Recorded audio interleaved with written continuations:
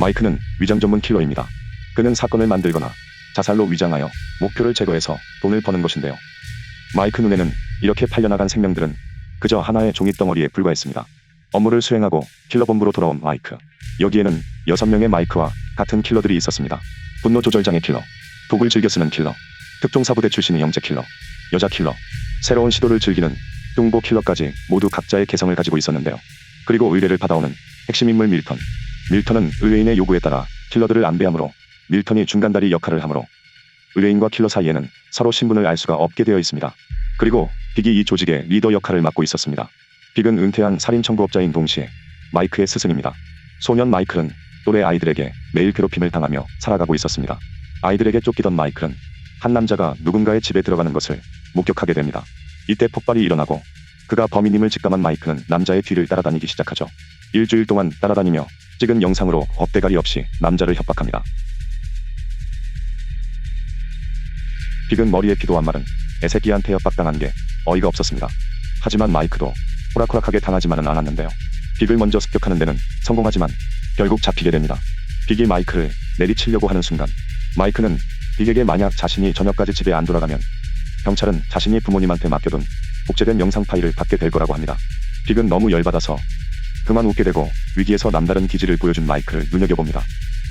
마이크는 자신을 괴롭히는 애들을 모두 죽여버리고 싶다고 하자 빅은 바로 도와주겠다고 합니다. 빅의 지도하에 마이크는 로미오의 집에 들어가게 되고 지폐 한 장을 베란다 옷걸이에 걸어둡니다. 그리고 숨어서 기회를 엿보고 있습니다.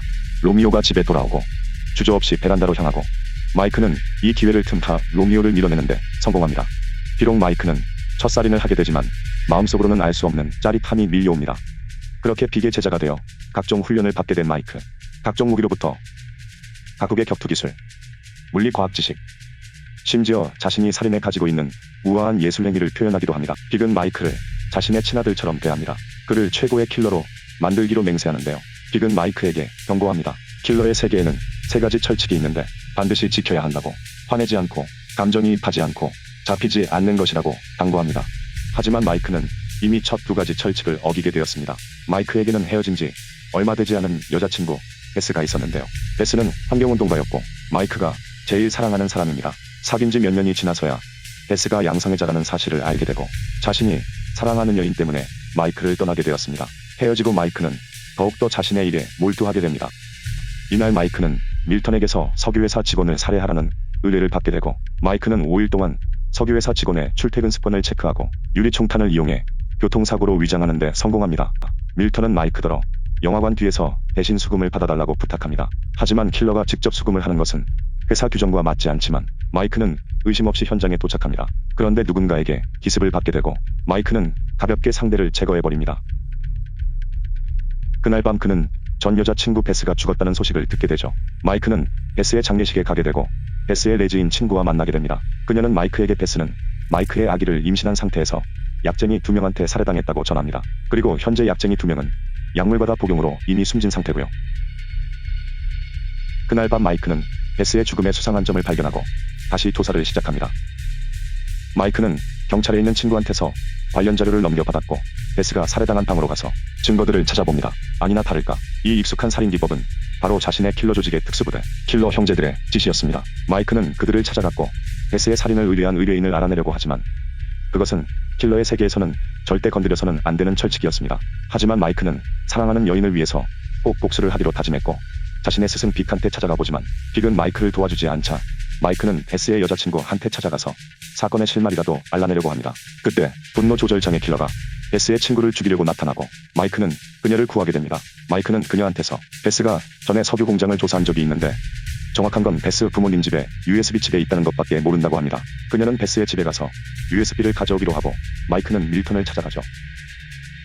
마이크는 자신의 허락도 없이 베스를 암살하고 심지어 자기한테도 살인 청부업자를 보낸 것에 매우 분노하는데요.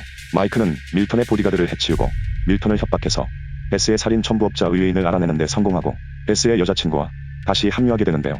그녀가 알아낸 정보에 따르면 베스가 생전에 조사하던 석유회사가 개발권을 얻게 되고 환경운동가인 베스는 이를 막기 위해서 석유회사의 직원을 매수하여 비리를 알아내게 되는데요. 베스가 이 비리 정보들을 공개하려고 할 때 베스에게 매수된 석유회사 직원은 마이크에 의해 죽게 됩니다. 한편 밀턴은 지금 이 상황을 조직의 보스 빅에게 보고하는데요. 빅은 킬러계의 규칙을 어긴 마이크를 살려둘 수 없었습니다. 그는 나머지 킬러들을 시켜서 반드시 마이크를 죽이라고 명령합니다. 마이크는 밀턴과 베스의 살인을 의뢰한 의뢰인을 찾아갑니다. 하지만 밀턴과 거래한 의뢰인도 보스가 시키는 대로 했을 뿐 진짜 베스를 죽게 한 사람은 석유회사의 사장이라고 합니다. 의뢰인은 마이크로부터 목숨을 지키기 위해서 밀턴과 거래 당시 녹음한 파일을 마이크한테 들려줍니다. 녹음 파일에는 의뢰인이 마이크의 살인을 의뢰했는데도 밀턴은 그것을 받아들인 충격적인 사실이 담겨져 있었습니다. 이때 형제 킬러들이 나타나고 운이 없는 의뢰인은 마이크의 총알바지가 되고 그 틈을 타 킬러들을 죽여버립니다. 방문을 나오는데 독을 즐겨 쓰는 킬러가 걸리적거립니다. 없애버립니다. 그리고 뚱보 킬러도 없애버립니다. 끝까지 사장 곁을 지키고 있는 여자 킬러. 그래도 이번엔 조금 싸우나 싶었지만 여자 킬러도 마이크 손에 죽게 되고 베스를 죽게 한 석유회사 사장도 죽게 됩니다. 복수를 마친 마이크는 킬러본부로 돌아오고 마이크는 밀턴에게 거래 당시 자신을 죽이라는 의뢰까지 받아낸 내용이 담긴 녹음을 빅에게 들려줍니다. 빅은 그 자리에서 밀턴을 좁터지게 박아버립니다. 마이크는 독이 있는 반창고를 밀턴에게 건네줍니다. 밀턴은 끝내 뒤집니다. 빅과 연을 끊는 것처럼 보이지만 마지막에 빅은 떠나는 마이크의 뒷모습을 보고 웃는 것으로 영화는 끝나게 됩니다.